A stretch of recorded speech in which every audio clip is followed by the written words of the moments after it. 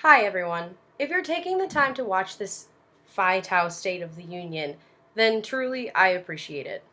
I'm hoping the next 5 minutes or so will explain some of the changes that have been happening at Phi Tau of late. And I hope to assuage some fears, reassure some doubters, and reiterate that the current Brotherhood and current execs board have but the best of intentions. And we are going about realizing those intentions in a way that we see most appropriate. I recognize that the past term has been frustrating to most. Phi Tau is in the throes of massive change, facilitated by mechanisms not only on the level of the college and GLOSS and co-ed council, but also from within. And while I understand that most see me as the undergraduate president being the impetus and mechanism behind those changes, I want to assert that many brothers, not just the execs, have contributed to this mission of policy change. So I'm going to go step by step and explain some of the things that have been happening at Phi Tau, followed in part by an explanation of the language that was blitzed out Sunday evening before execs. To start, this term has certainly been definitive when it comes to the Greek system at Dartmouth. Whether we like it or not, Phi Tau is a part of that system, though we do not share the same ills as most single-sex houses do. And therefore, we had to do some serious overhaul to not only Sync Night, but to the way we handle our new members. They're not called pledges anymore. They are new members.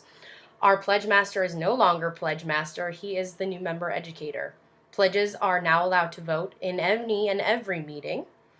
That 6-week ban does not apply.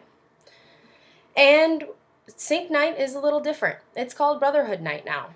And I recognize that some of the greatest fears, at least on part of the alumni, came from the strong language that the undergraduate brotherhood sent out before this term Sync Night.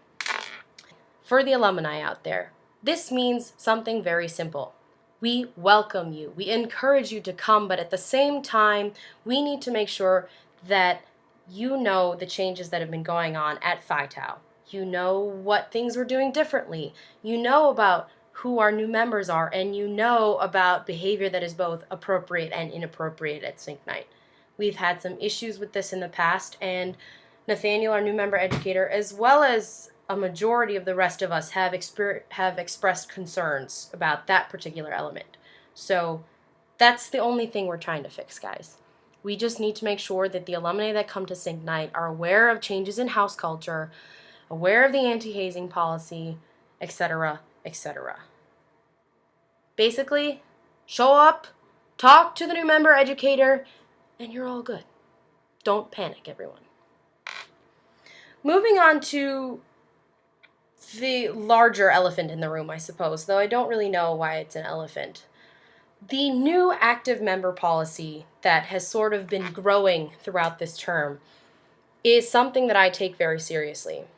Now, granted, I don't know where the genesis of the idea came from per se, but the execs and then the rest of the Brotherhood really jumped on board this particular issue. And I want to address some concerns.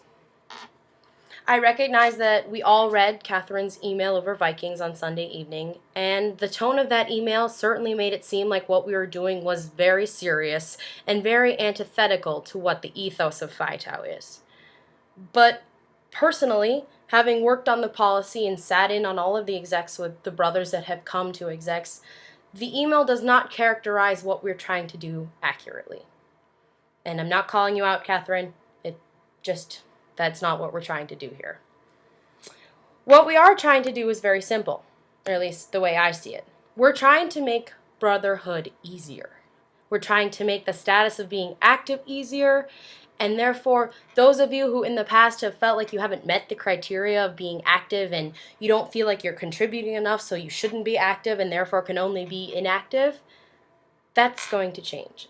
We're trying to make Phi Tau more inclusive. And that starts off with the very first line of our new language. You can't really see it. I hope you've all read it already. It says that being active is a declaration of commitment to the brotherhood. The key point here is to the best of their ability.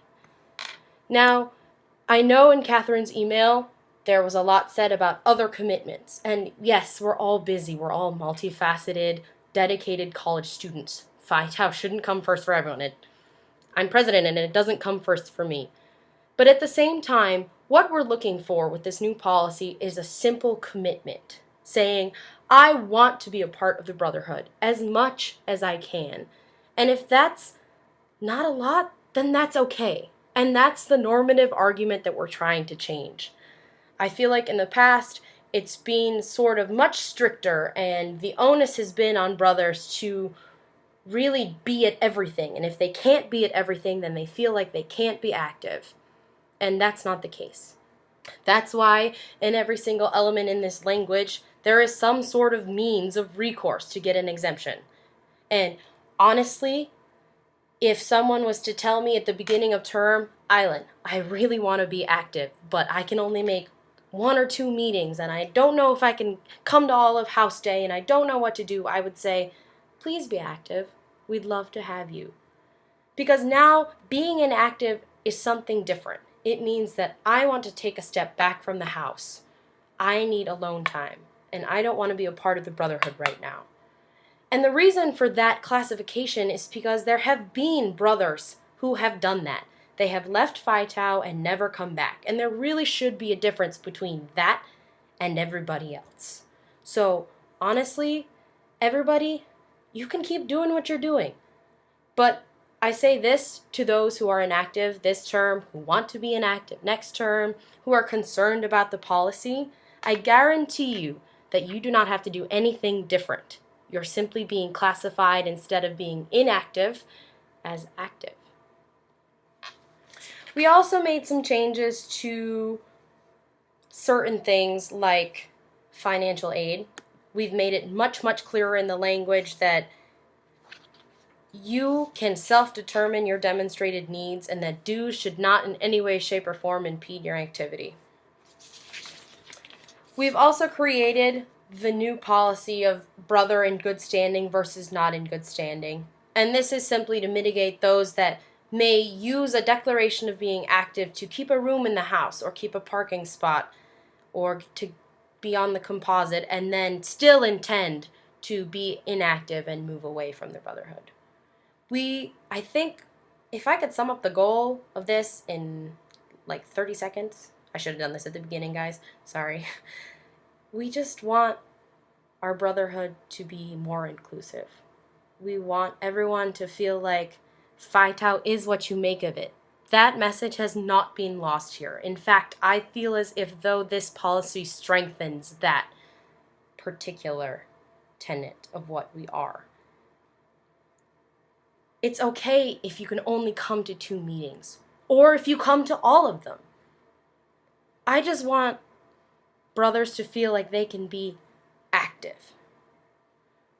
All of the purported punishments of inactivity should be moot, because every one of the people in the brotherhood at this very moment, I can vouch for, under this policy, are now active.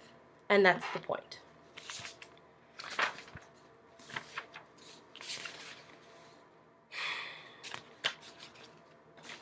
That basically covers it, guys. Okay, I lied. It wasn't a 5-minute speech. It was a 10-minute speech.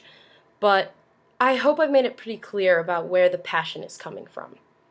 I recognize that execs minutes are not enough to explain and really understand what was going on this past 4 or 5 weeks of discussion. I want to personally invite anyone who is concerned still about what we are doing and where we are going to please ask me. And it's so much easier to explain to a person you have no idea. I'm so much more likely to answer a Skype phone call than I am a very long and angry email. But know this, there is nothing in the Constitution, whether we pass this language or not, that will mitigate the rights of anyone who makes a commitment to Phi Tau. And again, that commitment is to the best of your ability. There is no such thing as us saying you can't come to Milk and Cookies. And yeah, sorry, that really bothered me. That's not a thing. You can come to Milk and Cookies no matter what. I'm just begging of you guys. I know change is hard, and I know you've heard this inactive and active binary argument over and over again, I'm sure as you alums know. We're really trying to make Phi Tau a better place. Thanks. Peace out. Phi Tau and brotherhood. Love you all. Hand down pants.